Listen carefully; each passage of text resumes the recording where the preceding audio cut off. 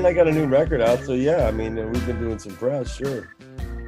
But, you know, I've been doing press for 45 years, so I kind of know what's up, you know. You know, before 9 a.m. your time is, you know, obviously, I guess you're not really keeping rock star hours anymore. I haven't in decades. No, I usually get up around 5, 6 in the morning, go to bed about 9. I live a really simple life, man. I mean, I did all the crazy shit when I was young, you know. Why 5 a.m.? I'm up at 6 for, you know, for work, but 5 a.m. is that's crazy to me. I love the morning. I love the pre-dawn when it's dark, just turning, man. It's just a wonderful time to be out backyard and just kind of take a walk around. You know. I don't know. It's just very peaceful. I'm into that at this point in my life. You're into TM, right? Yeah, have been long. George Harrison turned me on to it back in 1992. What role does that play in your schedule? You know, I don't do it as much as regularly as some people do, but I do it when I'm upset or if I need to center myself, you know, or if I'm traveling. It helps me center and relax, and it's a good thing. Is it part of the creative process for you? I know a lot of people use that. Not really, you know. I mean, you know, I don't use it before I write or anything like that. I mean, it's a thought. Maybe I should do that. But I sort of work well under pressure. When I know I have a project, then I go balls deep. I go all in.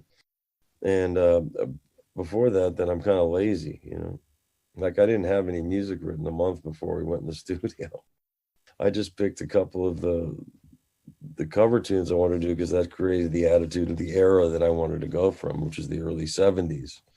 Record like that, everything live, and the overdub the vocals.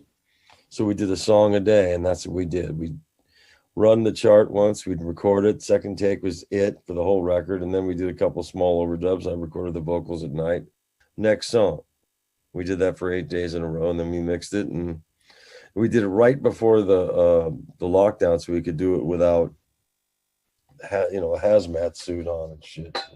It was really freeing for me. I wanted to see if we could make a record the old school way without, you know, using the computer and the click tracks and the lineups and the melodynes and the fucking, you can make your dog sound like Barbra Streisand, man. And at this time, you know what I mean? It's like, you know, can anybody really play anymore? And I wanted to see if I still had it in me. Because, I mean, I'm not trying to write a hit song. I'm not, Rihanna's not doing, a guest appearance on my new single. You know what I mean? I'm a 63-year-old guy, and I did this record for me, you know, and it was a bit self-indulgent, you know. I left long jams at the end, and I wanted to see, like, how we used to make records, man. We show up, didn't know what we were going to do, and then we come out with music. And everybody brought their best game. I have such fantastic musicians. I mean, they just knew what to do. I just said, hey, man, here's the rundown. Let's do it. We fix anything on the chart, run over anything that's a little weird, and then go, okay, I'm going to point at you guys solo and whatever, and we'll just, whatever happens, happens. I'll cue back to the head, you know, for the singing, you know. So that's how we did it. It was just like, it was like how we used to do it in the 70s and the early 80s, you know. This is like, you had to play good. We used to take shit for it. People would say, you guys play too good or you slick or whatever. It's like, dude, that's what we sound like sitting in a room. I don't know which more. You want to talk about slick records? I'd say the way they make them now is about as slick as it comes. You know, this is an era when that, they put Britney Spears and, you know, Justin Bieber on the cover of Rolling Stone. And they think that we're shit, you know. No offense to them. I mean, I got nothing against them except Justin Bieber just ripped off one of our songs and he's going to get in trouble for it. Is that right? Which one? Yeah, his new single. It's complete exact melody, key, and groove of a song called Going Home. If you listen to that song, which was recorded in 1989, and you listen to his new single in the chorus, you're going to go, that's the same fucking song with different lyrics. It sounds like you're kind of getting at the new solo record is a return to form for you, which kind of implies that you know, over the past couple of decades, you've perhaps moved away from that more idealized version of recording. Yeah, well, listen, Toto's famous for its overproduced records, you know. You know, if we got 100 tracks, we'll use 110, you know what I mean? That's just, you know, there's a lot of people that want to get a lot of information on those big records, and they serve a purpose. They're big records. They're big produced records, you know. I want to do the exact opposite. Minimalistic record with live solos, live playing. You had to play it on the gig. It was more akin to doing an old Miles Davis record in terms of how you record it. You can hear people in the room, or say Jimi Hendrix some of those live jams on Electric Ladyland, where you can hear people moving around the room. The tempos change. You can hear people catching up and going, okay, here we are. I want to just, I think it's connecting with people because they haven't heard a record like this in 100 years. And I'm proud of it from an artistic statement, whether it sells. I mean, we best reviews in my career. So, I mean, that's nice for a change. Instead of "you suck, Lukather." I've read that for 45 years. I get the feeling that like the people who are still on with you at this point are, you know, they're the people who are really devoted for it. Yeah, I mean, we play to our audience. I mean, it's smart to do that because we live in a niche world now. I mean, there are bands that sell out Madison Square Garden you never heard of before. I go, wow, that's pretty heavy. I mean, I don't know if they could do that around the world, but people find their niche audience and they get very attached to it. And, you know, we've been lucky because we've been getting a lot of young people who discovered our music through the Africa craze or the Weezer thing or whatever the case is, you know. It benefited us, you know, almost 3 billion streams now. Africa has almost 1 billion on its own. And that's pretty good for a bunch of old guys. Because the weirdest song that we ever recorded becomes this thing that everybody thinks that's what we are. Come see us live, they might be surprised. I mean, that's a part of our trick bag, but we got a lot of things in our trick bag. We play a lot of different kinds of shit. I was talking to Suzanne Vega a couple of weeks ago, and you know, she had that big hit with Tom's Diner, which is completely different than everything else she did. And I think that to her, there was a bit of a shock to the system when people would actually come see her, and then she would just be like on stage doing her acoustic thing. I think a lot of people who come and like say they're just heard Africa, Roseanne, or Hold the Line or something, they're very surprised to hear us play songs. They go, I didn't know those guys did that song. I didn't know those guys. That was their hit because we've had different. I sing hit songs. David Paich had songs. Bobby Kimball had hit songs. Joseph Williams had hit songs as singers. Not unlike the Eagles or Fleetwood Mac or something like that, which we patterned ourselves off. Even the Beatles. I mean, everybody sang. Some people better than others, but I mean, nonetheless, you can always count on an oddball song. But I mean, that's part of who we are, you know. Like, you know, Hold the Line and Georgie Porgy are on the same record. Did it take a while for you to work up confidence in yourself as a singer? Obviously, you know, being in this band with other great singers. Yeah. Yes. I didn't really want to do it, but I was kind of like, come on, man, you can sing this one. You should sing this one. So the first album was a little nerve-wracking for me. And then as time went on, I got more comfortable with it. And at some points I was the front man singer, and then we'd have background vocals singing the crazy high shit. But now we got Joe back, who's just stronger than ever, and Joe and I want to work together. And you know, with David behind the scenes, I mean, it's the 15th incarnation of Toto. You know, we just keep it alive. The music keeps it alive, and I won't let it die. I put my whole life into this, and I'm built for the road. So between Ringo and Toto, I stay on the road a lot. You started doing it or you started specifically in Toto so early and playing music around in studios prior to that. I guess you were probably like around 19, I think, when the band? Mentally, yeah, I still am. See, I never had to grow up. I never had to grow up and have a real job that I hated. I had a couple of hateful jobs when I was a kid. Every kid should have a hateful job. It motivates them to do what they want to do. I was cleaning out like toxic solvents from a dry cleaning plant with no gloves. The guy laughed at me with my long hair and all that shit. I was like 15 years old. I'm going, and this guy just gave me nothing but you fucking dreamer. What are you kidding me? You know, I mean, he had me do horrible things, like just like treated me like dirt for like, you know, $1.65 an hour. And I'm going, motherfucker, I'll show this motherfucker one of these days. It was, you know, cleaning and washing dishes at a Japanese restaurant when you're 16 for gas money. I mean, let me tell you something. It's humbling, man. And it's a motivate. These kids are just like, have mommy and daddy pay for everything, and you're the bestest. It's bullshit. It's not real life. You know, I didn't make the team when I was a kid, and I was humiliated and shit. Like, that's part of life. Meet me at the flagpole. You're going to get your ass kicked. That was part of life. I mean, nobody got bloodied up, and, you know, you just got scared and maybe punched once or something, you know. Just, you know, it's strengthened you as a human being. I don't, you know, think violence is cool. I mean, I never hit my kids or nothing, but, you know, when we were when I was a kid, man, I come home, the belt would be up on the fucking kitchen table. I'm going, motherfucker, go get the belt. She's like, that was a walk of shame. You know what I mean? Never walked slower in my life. But hey, man, you know, I mean, nobody killed me, man. I was just a smart ass kid and got what's coming to me. How supportive were your parents of this dream? Very. I mean, my old man was more like, you're crazy, kid, you know, and my old man was in show business behind the camera. As time went on, my father was like, okay, if you're going to do this, you really got to study it. All right. You know, neighbor moved in next door that wasn't a famous musician, but had bought a house and was doing this. He says, well, if you can be like him, I can see it, you know, but this rock star shit's, you know, you got to be kidding me. And to a certain extent, he was right. My mom was much more, my dad was on the road a lot doing films and television and stuff like that. So I could, you know, she'd look the other way. You know, she'd be like, she knew I was paying my sister to do my homework and stuff like that. In most cases, when parents are less than supportive about creative pursuits, it comes out of a place of concern. Well, I mean, you know, when my mother was 19 years old, which is how old she was when she had me in the 50s, like 1957, my grandmother was like a new ager before they had a name for it. And one of her psychic friends put her hand on my mom's stomach and said, oh, it's music. He's going to be a musician. My mom was like so disappointed. She went a doctor, a lawyer, or something. Because in the 57, you know, that's akin to being a junkie and a lowlife, you know. But as time went on, it became a respectable job, or at least a lot more respectable. Harder to get into, and the entry level is really hard to get in. Usually when parents are less than supportive, it comes out of a place of concern because it is a hard. Well, my son is a musician, Trev, you know, my oldest son. I mean, you know, he's been working at it for 20 years and now he's got a record out and he's been writing songs and producing records for other people and he's been successful and he's getting married, you know, and his wife is Jonathan Cain's daughter from Journey.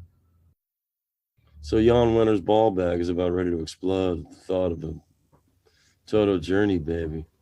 And it's quite the super group you're genetically producing over there. Genetically produced just to make him crazy. You don't need to write any of that. It's just being silly. You know? I mean, I assume at some point though you have like a pretty frank conversation, you know, when your kids go down that road of just like, hey, here's all of this shit that I had to deal with. Well, right. Well, here's the thing. You think it would help him, right? Well, so I can wave a wand and get him a record deal, and that wasn't the case. I could introduce him to people, but the rest was on his own. And he's worked real hard at it, you know. He has first success with Hailstorm. He wrote their first hit single, co-wrote it, you know, and so he got his first gold record for that. And then he's been doing sessions and writing songs for other people. And now his band Lavara has a new single out. Their album drops in a couple of months. It's really good. It's called Automatic. You can check it out on YouTube. Really strong stuff. I'm so proud of him. He's such a good kid, man. Just a good human being. In addition to jobs sort of, you know, making you more passionate about your dreams, they also probably make you a better person. They make you like less shitty to. I don't believe that a parent should tell a kid not to follow their dreams. You know what I mean? I mean, that's the time to dream is when you're young. I mean, you can always get a regular job, you know, unless, you know, if you have an aptitude for something, you should follow that, you know. Find a way to monetize. I told my own kids, find a way to monetize your passion.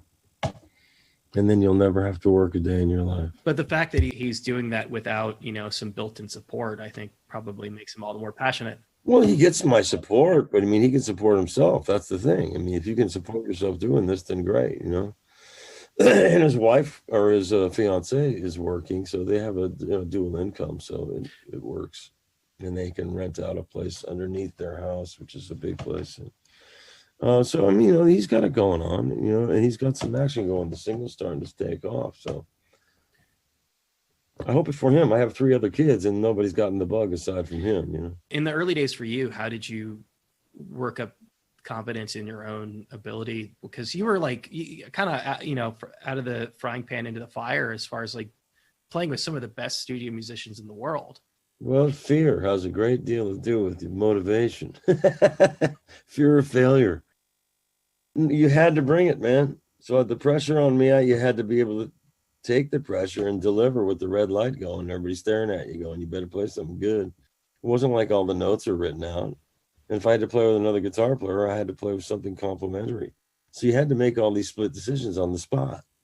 There was no rehearsals, demos, or nothing. Sometimes I didn't know who the artist was or what kind of music we were going to play. You had to be ready for anything. And so I had I had that ability at a very young age. I had some great teachers, Jay Graydon, Lee Ritenour, Larry Carlton, Dean Parks, Ray Parker Jr., and some of the other cats that I got a chance to play with those were the guys I saw most. Were there any opportunities that you ended up turning down because they were too far afield, or you felt like it was something you couldn't perform? No, when I first started, I took everything. That's how you develop a name for yourself. You got to get on as many records as you can be and be seen in the studios, working in the hallways. Like, oh, he's working. You have to develop a name and a reputation for yourself. And I wanted to do it real bad. I thought I could be good at it, and I was. And they accepted me at a very young age, which is surprising because I look at pictures of myself. I look like a 12-year-old kid in the studio. Like, who's the kid? I was always the kid, and now I'm the fucking, the old man of the sea. I mean, the gray beard, come on, man. I earned that shit. The hair still looks good, though. Well, I paint the fucking hair. I mean, if but it's I'm still letting it there. kind of That's go. at the end of the day. The hair is real. They still got it, I figure, I don't make it look like this. I just said, fuck it. Yeah, you were doing the bedhead thing before it was popular. Yeah, man, I'm a lazy man. I just get out of the shower and shake it up and I'm done. A lot of the studio guys you mentioned, were, I think I kind of came across them as being in the broader Steely Dan universe. Yeah. Well, those were our heroes. I mean, Jeff was in Steely Dan when we were in high school. I mean, they were our biggest heroes, and they still are. I still think Steely Dan makes some of the best music ever made. And as far as that high-tech music, if you know what I mean. I still love the Rolling Stones too. You know what I mean? You were talking earlier about this idea of sort of, of really making it in the studio and of layering it and putting as much as you can into a track. And Steely Dan is kind of the epitome of that. How much did that shape what Toto was as a band? Well, subconsciously there, because Jeff was in Steely Dan, David Paich had worked with him, and we looked up to them so much as how they made records. So, I mean, we copied the way they did stuff, even though our music is different.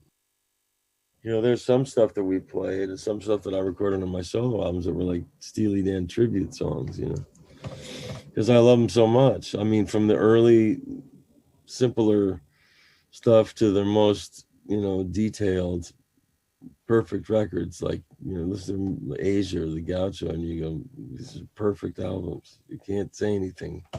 These are perfect records. Now, for my taste, you play that to a punk rocker, and then again, they go crazy, man. They start to lose their skin and shit, But I can listen to, the Carpenters and Slipknot in the same day.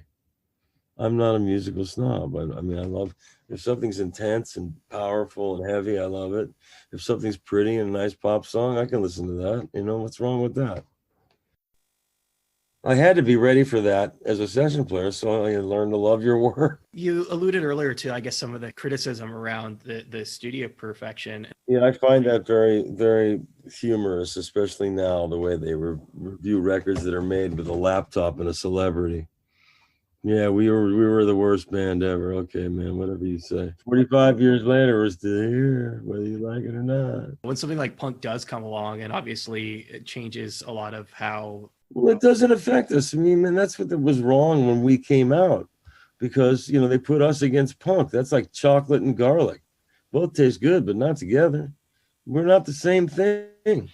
You know what I mean? So it's unfair to compare bands, especially such radically different bands. I mean, that was just like a fuck you from a punk fan. So they made us the antithesis of it, and that stuck. Do you feel, though, that dramatically different approach had any impact on your own music making? It had an effect on the way we were perceived, and we were instantly perceived as being really uncool, which is, it's tough to handle that. But, on the other hand, we were playing on everybody else's cool records, which confused them more and made them angrier at us. Saying things like Quincy Jones manages to get the guys in Toto to play with some taste when we made our own parts up. We weren't reading Quincy Jones parts. He'd hire us to come up with our own shit. So these guys that hate us, they don't even know why and what they hate. It's just like it's a prerequisite if you're a journalist, a rock journalist. You have to hate our band, for 45 fucking years. I mean, 44 years. Really, man? You got nobody else in 44 years? Look at our stats, man. I mean, maybe you don't like it, but there's a whole lot of people that do. Do you think the sentiment has changed at all? Yeah. Have people come back around to you? Well, I mean, some have. I mean, the guys that are 75 years old wearing a Ramones t-shirt and a fake leather jacket in New York, thinking that they're tastemakers at 75 years old, they don't like us. But kids, when they find out, whether through Weezer or whatever, through Africa or whatever, they find out we have a lot of new music and they come to the shows and going, wow, these guys can rock, man. They're not exactly that. But we do a faithful, long version of their favorite song and everybody wins, There must be nights when you don't want to play Africa. 2008, you were done with it, at least for the time. Well, that's the thing with hit songs. People love them. And you can't deprive the people that pay for your life what they want to hear. So you play them, and then you can stick some other musical shit in there, and that balances it out. I mean, a hit record's a blessing and a curse. When you get one, it's like the greatest thing in the world. The curse is you got to play it forever. You know what I mean? That's what was the joke on Weezer. It's like they didn't really like us, but they had a big hit record with our song, and they're going to have to play it forever. Do you feel like you struck a good balance, though? I mean, creatively, in terms of playing in and out of Toto? Yeah, I probably more so than anybody. I really get to scratch every itch. I mean, when I'm in Ringo's band, there's so many different artists in that band. There's so many different styles to play. I can play bass on a couple of things with Hamish Stewart, So I love some stuff like that. I love a new challenge. It's hard to play simple. People think, well, yeah, you have to, play all this fast shit and all that. I mean, there's a 9-year-old kid in Japan that could do that, That's a parlor trick. And if everybody knows the trick, it's not magic anymore. So, I mean, it's harder to play simple and memorable, because then you really have to expose yourself. It's really easy to dazzle people with your chops, but play the simple stuff and see if it moves anybody. It doesn't have to be over everybody's head just to say, oh, wow, I get to impress my 10 guitar player friends, I mean, a simple melody, or you listen to Dave Gilmour play the first note of Shine On You Crazy Diamond, and that fucking hits the back wall and everybody's screaming. As much as I love Alan Holdsworth, God bless his soul, I mean, it's a limited audience. Has that philosophy changed for you? Because again, obviously you're coming up through studio musicians. Yeah, I mean, at one point I was trying to keep up with all that, and I had an injury in a tour bus accident and jacked up both rotator cuffs, and I couldn't get an operation, so I had to change the way I play a little bit. I think it's probably changed for the better. So, you just got to turn lemons into lemonade. There's no other way to do it. I'm older. It hurts a lot. So I got to deal with pain. Some people have much worse pain, so I'm okay. Do you foresee a point when, you're just not going to physically be able to get up there and tour? No, unless I'm absolutely like, if I had a stroke or something like that, which God forbid, this is what I do. I mean, it keeps me, valid as a human being. I really miss it. Like this whole retirement thing. Well, I retired for a year and I fucking hate it. Okay. Get me back out.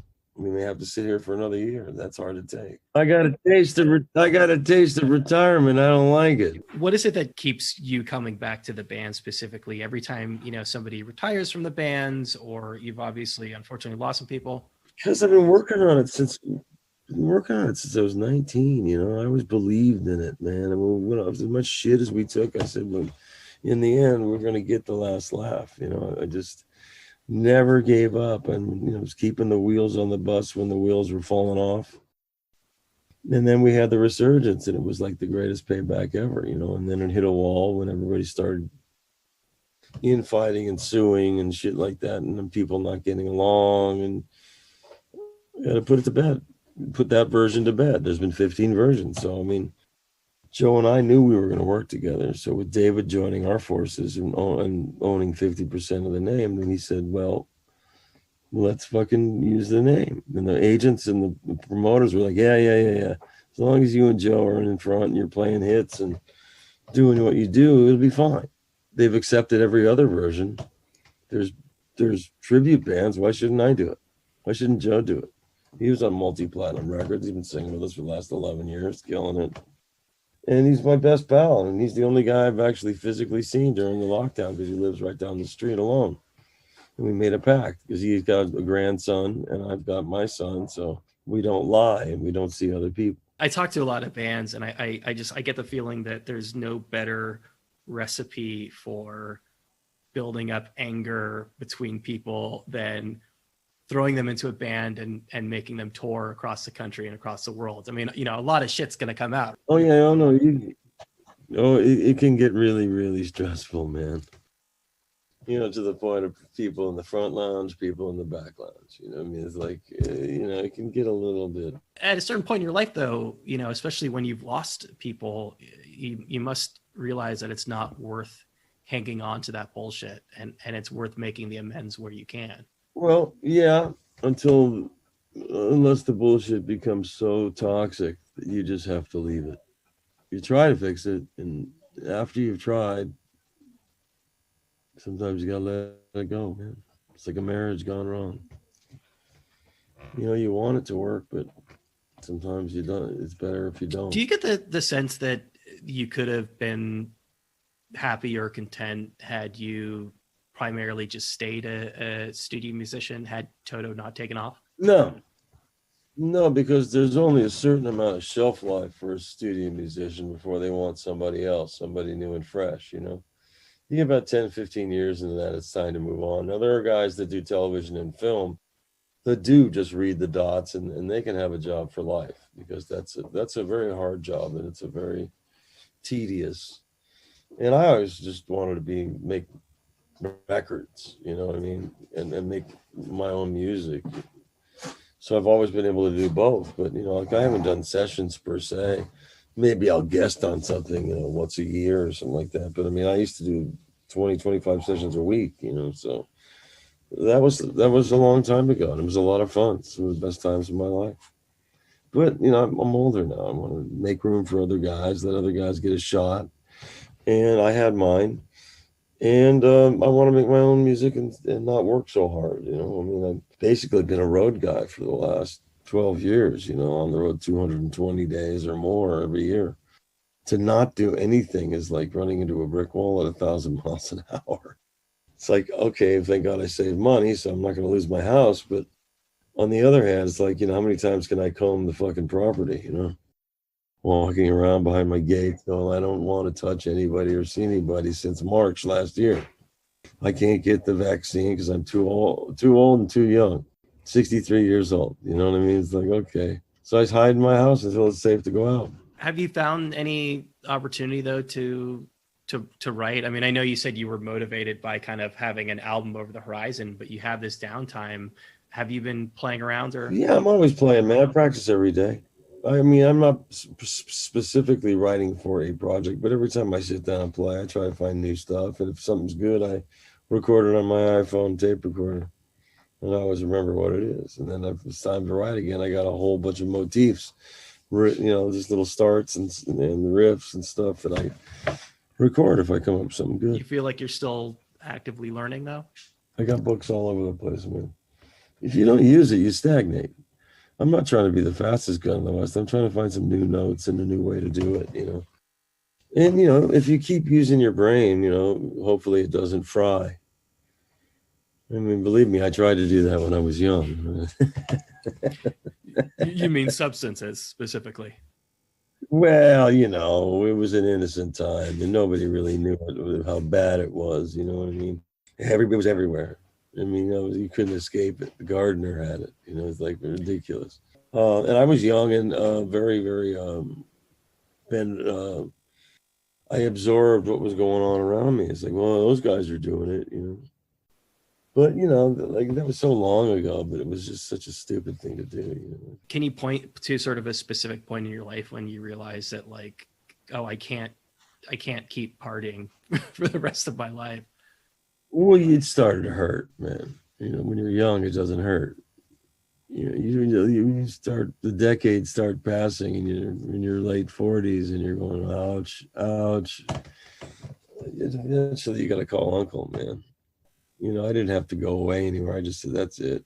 Stop everything. Fuck it. You're one of the lucky ones, I think, in that respect. Yeah, well, I've also lost a lot of friends because of it, so I don't recommend the lifestyle at all. That must make the fact that you're still able to do this all the more precious. The fact that you've seen so many people go.